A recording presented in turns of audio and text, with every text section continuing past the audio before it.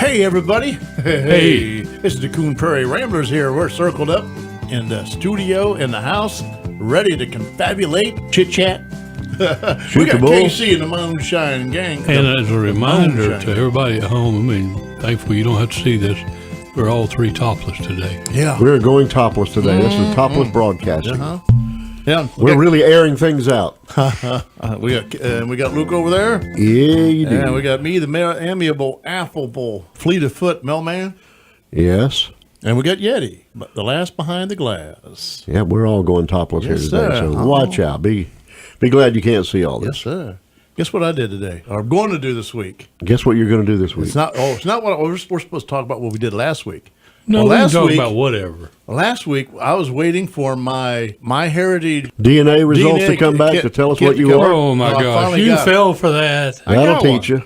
I'm going to do it. That'll teach you. Oh, Lord. That's like paying money and they name a star after you. Yeah, you heard really, that commercial? Really? They will officially name a star after you. They cannot tell you a certificate to that effect. with any amount of certainty what your DNA is, your heritage is. I still want to hear it, though. Yeah, I want to hear it. What'd they tell you? I haven't sent it in yet. I thought you said you did. No, I was waiting to get it so I could send it in. You have to pee in a cup I thought or your what? DNA was inside of you, not. He peed in a cup or Your something. Send it DNA off. is right on top of your head. It's on your eyebrows. It's Yeah, I right there know. on your forehead. But how do you send it in? You just yank off a piece of it and send it in. Your skin. Piece of your skin? I don't think so. I don't want to know that bad. That's where that expression, somebody says, I don't have any skin in this game. Yeah. They say, give me some skin. Rip. So next week maybe we'll have the results. Yeah, maybe find out what the mailman actually is. What? That's going to pay 100% Buckeye. Yeah, because hey, my last name is Jackson, and my mother's maiden name is Rutherford. I mean, you can't get any more English than that. I'm thinking. Jackson? I wanted to see if they. Well, when they show those ads on TV, everybody has always got some percentage of African or Native American or something They do. in them. Well, I will have a percentage of Native American. You don't know that. I don't know that. It's junk. It's junk science. I don't know that. It's what they choose to put on there. They just spin a big wheel on the other end of it and write down a bunch of stuff, send it back to you. Okay, here we got Mel Jackson. 25% European.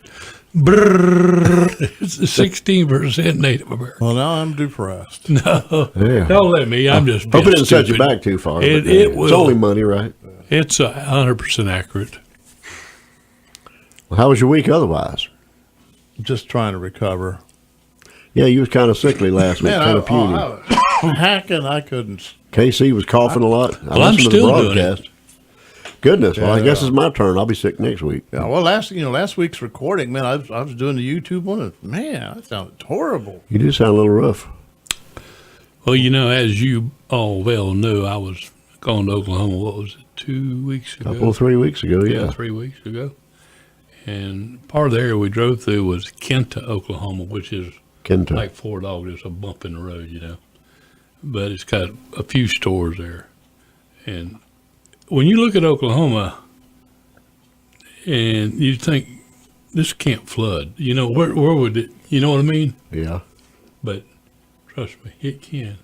And Kenta is underwater right now. And when you go through there, you think, this can't, this is not the kind of area that would ever flood. Yeah.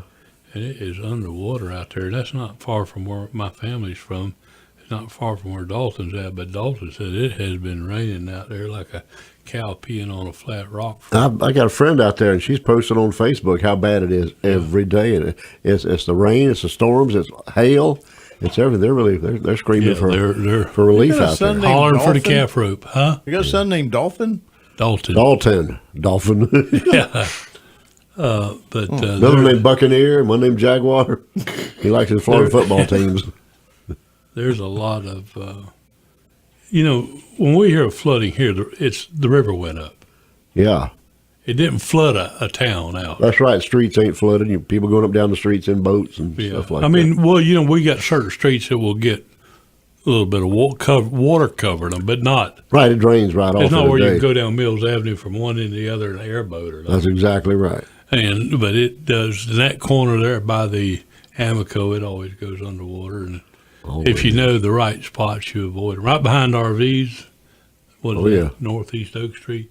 That's a bad spot. But out there, I mean, it can go from being dry to all of a sudden you getting washed down a road or you're trying to cross a little.